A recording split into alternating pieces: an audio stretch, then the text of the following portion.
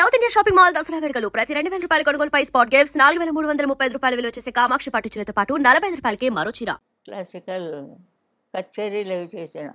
బర్హాంపూర్ ఆ సైడ్ మాది, విజయనగరం, ఒరిస్సా విజయనగరం కాబట్టి అక్కడ కొంచెం ఇది ఉంటుంది. ఒరియా ఒరియా ఒరియాలో కూడా వెళ్ళి జాకా చేసుకున్నాను. అలా అన్నీ పాట కదా, ఆ గొంతుగా ఉంటే అబ్బాయి ఈ కొట్లో ఈ పాట వస్తే బాగుంటుంది వాళ్ళే పిలిచి ఇస్తారు. సరిగ్గా ఉంటే ఉంచుతారు, లేకపోతే కట్టి ఇంకోళ్ళు వచ్చి పాడతారు. అలాంటివి కూడా జరుగుతూ ఉంటాయి. ఇప్పుడు తీసేసినప్పుడు బాధపడకూడదు, సరిగా లేదు కాబట్టి అనుకోవాలి. మేము అలా అనుకోలేము కదా, వెంటనే ఏడుపు ఆ పాట తీశారు అని. ఎప్పుడైనా అలా జరిగిందా? అయింది కాబట్టే చెప్తున్నాను. ఎప్పుడమ్మా, ఎప్పుడు ఎలా జరిగింది? ఎప్పుడో జరిగిందని అవన్నీ నోట్ చేయలేదు, అప్పుడు అయిపోయింది అది. అప్పుడు అయిపోయింది. 2 రోజులు 3 రోజులు ఏడుస్తాను, 4 రోజులు ఇంకోళ్ళు వస్తే సరే వస్తాను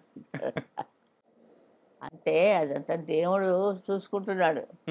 నువ్వు ఇక్కడ ఉండి అందరికీ చెప్పు అన్నట్టుగా ఒక మాస్టర్, లేడీ మాస్టర్లా పెట్టాడు అంతే దేవుడు. మీటరు గొంతుకులో పెట్టాడు ఆయన. అది ఆ పాటలు అందరికీ వింటుంటే మంచి వయసులో. ఇప్పుడు లతా మంగేష్కర్ నేను చిన్నప్పటి నుంచి ఆవిడ ఫేమస్. అవును. అలాగే చిన్నప్పటి నుంచి వింటూ ఉంటే ఎవరికైనా ఆ వాయిస్ చాలా బాగుంది, దానికి ఇద్దాం ఆ పాట అని డైరెక్టర్ కొడుతుంది. చెప్తున్నాను ఇలాగే ఎలాగ మెట్లెక్కి, తిరుపతి మెట్లు ఎక్కలేదు కానీ ఈ సినిమా మెట్లు ఎక్కి వచ్చాను. సినిమా మెట్లు ఎక్కి వచ్చాను. అంతే. మీరు అంటే కొన్ని సంవత్సరాల క్రితం కూడా ఒక ఫంక్షన్లో మాట్లాడేటప్పుడు నేను ఈరోజు లైఫ్లో ఇలా ఉన్నాను అంటే అది ఘంటసాల మాస్టర్ గారి దైవే, ఆయన భిక్షే అని చెప్పేసి అని అన్నారు కదా. ఒకే ఊర్లో ఉన్నాం. ఆయన పాఠశాలలో చదివాడు, అంతవరకు నేను వెళ్ళలేదు. మీ ఇంటికి వచ్చి నేను తిన్నాను, నువ్వు ఎక్కడో ఆడుకుంటున్నావు గౌన్ వేసుకొని అని ఆయన చెప్పాడు. మెడ్రాసులో ఈ ఫీల్డ్కి వచ్చాక చెప్పాడు ఆయన. కానీ అప్పుడు అయితే పరిచయం లేనే లేదు. చిన్నపిల్లలు ఉంటాయి, నువ్వు 7-8 ఏళ్ళు ఉంటాయి నీకు, ఆడుకుంటున్నావు గౌన్ వేసుకొని. మా ఇంట్లో రేడియో విని, అందరి ఇళ్ళల్లో ఉండవు కదా, కొంచెం ఉంటాయి, అవన్నీ ఆటల్లో వెళ్ళిపోతుంటాయి. ఇవన్నీ మీకు చెప్పాలి అంటే ఏదో తీయాలి ఒకటి బయోగ్రఫీ. నేను చెప్తాను, బోల్డ్ మంది చెప్తున్నారు, అవే నా బయోగ్రఫీ అంటారు. కానీ అసలైన బయోగ్రఫీ అంటే అది మీరే చెప్పాలి. అదే, అంతమంది నా దగ్గర రావడానికి వీలు లేదు. అవును. ఒక్కడికి ఎవరికో అర్హత ఉంది, వాళ్ళు వస్తారు, అప్పుడు ఇస్తాను. ఎందుకంటే మనం పాట బాగుందా, సరిగ్గా పాడేనా. ఇప్పుడు వాటపాత్ర సాయి అది ఎలా ఉండిపోయింది చూడండి. లాలీ లాలీ దగ్గర నుంచి అంత పాపులర్గా, సో లక్కీ. అంటే సాయిబాబా డివోటీ నేను.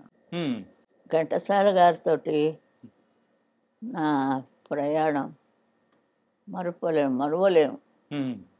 ఇంత పేరు ప్రతిష్టలు, ఎలాంటి పాటలు ఆ పిల్ల చేతి పాడిస్తే, అంటే అందరు ప్రొడ్యూసర్లు సుశీల్ కావాలంటారు. ఇప్పుడు అలాగ అయిపోయింది కొన్నాళ్ళకి. ఎలాగా అదంతా దేవుడే చూసుకుంటాడు. నాకు దాని గురించి కావలేదు. పాడడం, వాడు కవర్ ఇస్తే ఇంట్లో తీసుకెళ్ళి ఇవ్వడం, చూడ్డాలు లెక్క పెట్టడాలు ఏమి ఉండదు. ఇంట్లో వాళ్ళు లెక్క పెట్టుకుంటారు. పాట సుశీల అంతే. అందుకే అలా ఒక్కోసారి చాలు కదా. ఎలా లేపేశాను నేను, లీల గారు జోడి గుర్రాల్లా పరిగెత్తాను జరును. లవకుశలో ఆ పద్యాలు గాని అదే కదా, అద్భుతం అసలు. చాలా మంచి సబ్జెక్ట్ ఇచ్చారు ఆయన. ఆయనకి జీవితం పండింది. ఘంటసాల మాస్టర్ గారికి జీవితం పండించుకున్నారు. లవకుశలు మ్యూజిక్ చేయడం కష్టంగా చాలా, అన్ని పద్యాలే. వినుడు వినుడు రామాయణ గాథ వినుడు వినుడు రామాయణ గాథ వినుడి మనసారా ఆలకించిన ఆలపించిన ఆనంద మొలికేగారే వినుడు వినుడు రామాయణ గాథ వినుడి మనసారా. చాలా అది చాలా రోజులు పాడాం, చాలా ఏళ్ళు తీశారు. ఇప్పుడు ఎక్కడుందంటే నెంబర్ 1లో ఉంది అది. అవునమ్మా. అలాంటివంటే పాడడం ఆ పాత కాలాల్లో అదంతా అవన్నీ పాడారు. పదాలు ఇవన్నీ ఉంటాయి కదా, మనకి రావు అవి. ముసలమ్మల వాళ్ళు పాడుతుంటారు. ఆ రోజుల్లో ఇంకా మనకు ఇంకా బాగా గుర్తుండేది ఇప్పుడున్న వాళ్ళకంటే మాయాబజార్ లో ఒక సాంగ్ పాడారు చూడండి అమ్మా. బాబాయ్ కానీ ఏంటంటే అది కలర్ లోకి వేసిన తర్వాత కూడా ఆ సాంగ్ వింటుంటే భలే అనిపిస్తుంది. అది చాలా ఆశ్చర్యం నాకే. సావిత్రి గారు చాలా చాలా కోఆపరేట్ చేశారు. ఆవిడకి నాకు సరే మీట్ చేయించారు, మాట్లాడడం అది అందులో కొంచెం నైస్ అయింది అనమాట, ఫ్రెండ్షిప్ లాగా. అందులో మరీ ఆ పాట పాడిన తర్వాత మరీ ఫ్రెండ్షిప్ అయిపోయింది. ఆహనా పెళ్ళి అంట చాలా చాలా బాగుంది. ఏదమ్మా అది షూటింగ్ అయ్యే టైంలో మీట్ అయ్యారా లేకపోతే ఎలా అయిపోయిన తర్వాతనా? అంతే. ముందు ఎంత ప్రాక్టీస్ చేస్తామయ్యా మేము, మరి అంత ప్రాక్టీస్ చేయబట్టి అంత ఈజీగా పాడతాం. అప్పటి నుంచి మీ స్నేహం అనేది కూడా బాగా బలంగా ఉండిందమ్మా సావిత్రి గారితో? ఆవిడ పాటలు చాలా పాడాను. ఓకే, కానీ ఇంకొక సాంగ్ గురించి కూడా మనం మాట్లాడుకోవాలి. గోరింటాకు సినిమాలో ఒక సాంగ్ పాడతారు చూసారా మీరు? గోరింటా పూచింది కొమ్మ లేకుండా, గోరింట పూసింది కొమ్మ లేకుండా. అది ఏమిటి ఇప్పటికీ నాకు అర్థం లేదు. దాని అర్థం ఏమైనా తెలిస్తే మీరు కూడా చెప్పండి. ఇలాంటివన్నీ లేటెస్ట్ అన్నీ తెలియనివన్నీ చెప్పిస్తున్నారు. తెలియనివన్నీ నేర్చుకుంటే వాళ్ళు ఇంట్రెస్ట్ ఎక్కువ అవుతుంది.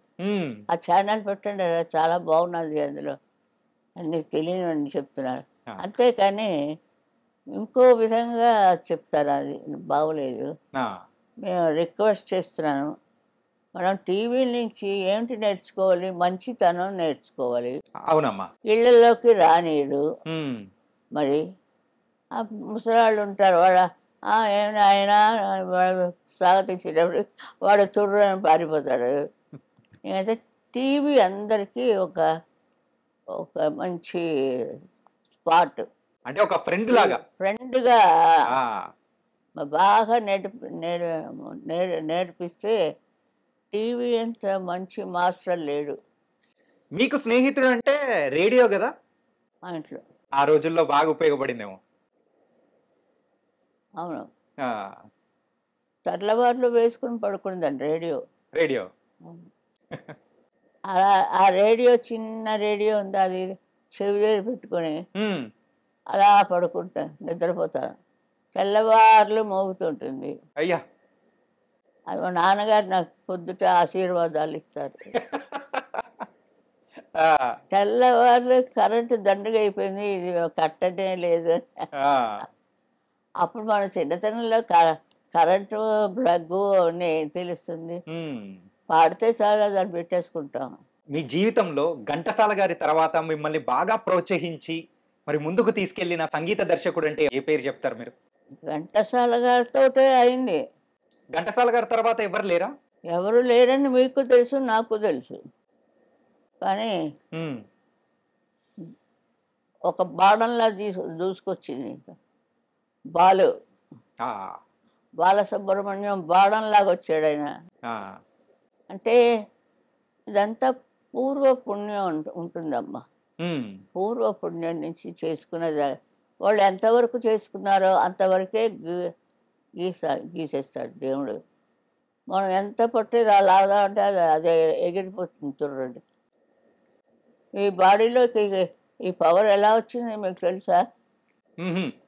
తెలిస్తే చెప్పండి. చాలా అదేమో అది దేవుడు ఒక్కడికే తెలుసు. అంతే. సరే వెళ్ళి రా అంటాడు, అదే వచ్చేసాడు.